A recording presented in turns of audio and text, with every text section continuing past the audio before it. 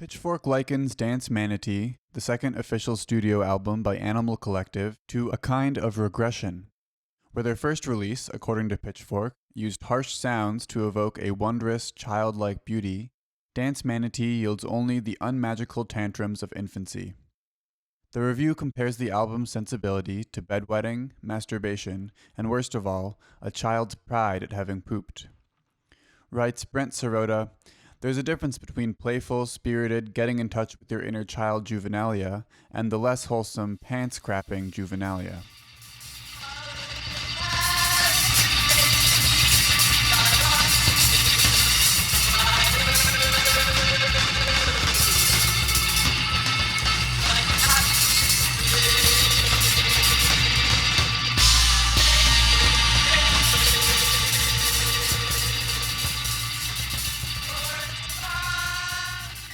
Indeed, the music is raucously, even childishly structured.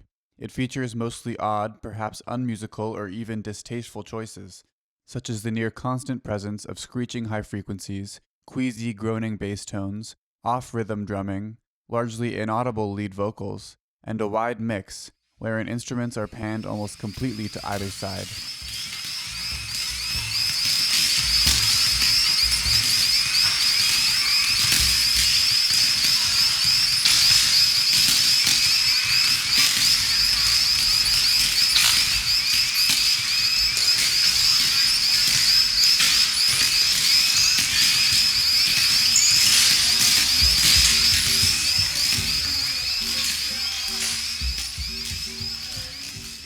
By way of these choices, Danse Manatee is defined by an adolescent unconfidence. One has the sense that instruments are only half played, vocals half sung.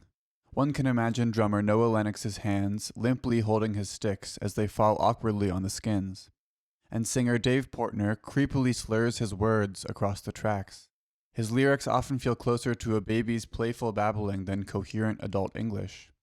Even the synthesized elements are somehow awkwardly invoked. The bass slides precariously across notes, while the higher tones feel almost incorrect in their tinnitus-inducing intrusion into the songs.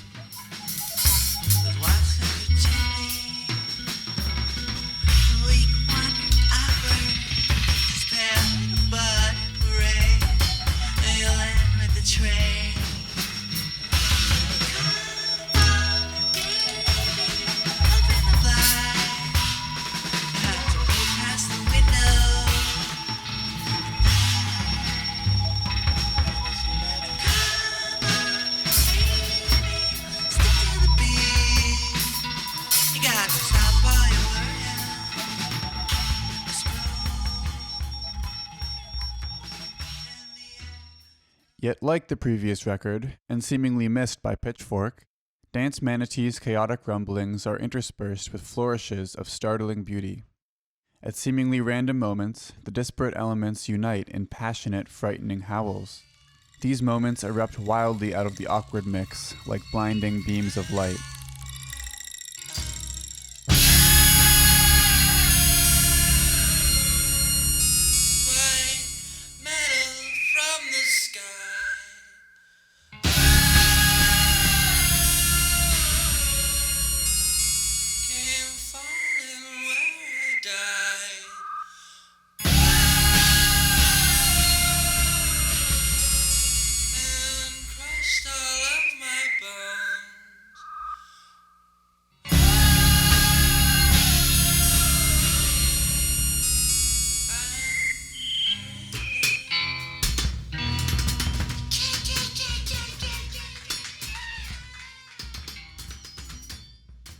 If one listens closely, such eruptions might hint at the band's later propensity for catchy, shimmering indie pop hooks.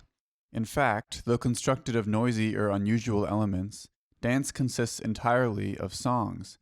Don't mistake this record for improvisation in the vein of free jazz or noise. Buried in the harsh blend of electronic and found sounds are verses and choruses, a child's gawky rendering of pop music.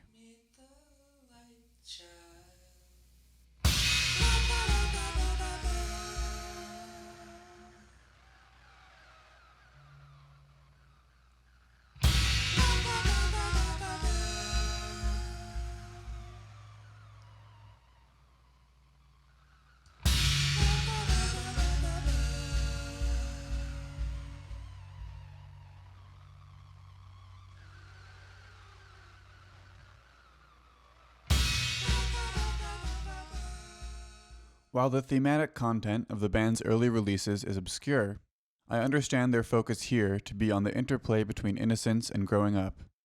Within their juvenile aesthetic, the band portrays childhood as a time of wondrous innocence and horrific growth. In Animal Collective's eyes, the two are almost identical. To be young and innocent is to face the anxiety of growing up, and likewise, courageously confronting the unknown can yield the splendid innocence of youth. Accordingly, the band's music can feel both anxiously claustrophobic and bursting with wonder at the same time.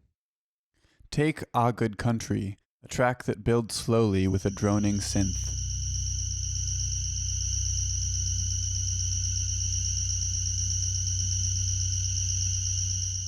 Before long, alien vocals and high-pitched ringing ominously color the pulsing atmosphere.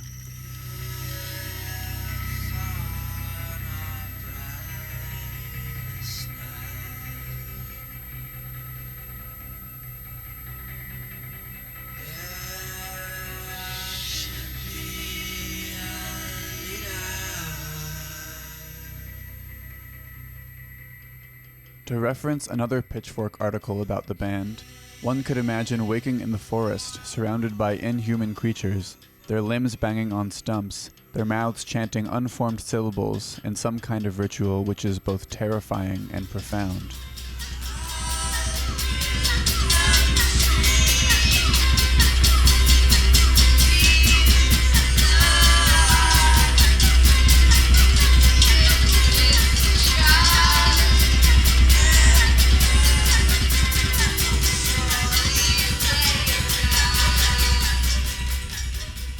Ah, good country, sings Avi Terre, seeds below us, kiss this child and he'll surely wake up. Here, the lyrics deal with themes of death and childhood. Invoking the magical logic of children's fairy tales, the singer implies that a kiss may raise a child from the dead. Together with the primal chants and pounding drums, the lyrics support the song's feeling as a spooky, mystical ceremony. Moreover, the concept of reviving a dead child feels inherent to the band's ethos, one of invoking the bygone child within each of us. In the hands of another band, such dependence on a tribal, ritualistic vibe might feel clumsy, distasteful, or even downright offensive. Indeed, the band has its detractors, those who point out the music's awkward overexertion or cringeworthy whitewashed imitation of a people less influenced by Western modern culture. But those willing to sit with the collective's awkward, even funny efforts towards authenticity may find their openness rewarded. Listen closely, and the band's music may ring with some wild, unexplainable urgency. Far from the mundane woes of modern life, the music's brilliance lies instead where language ends, where our endless reasoning falls apart, and where the world, in all its senseless alien beauty, confronts us face to face.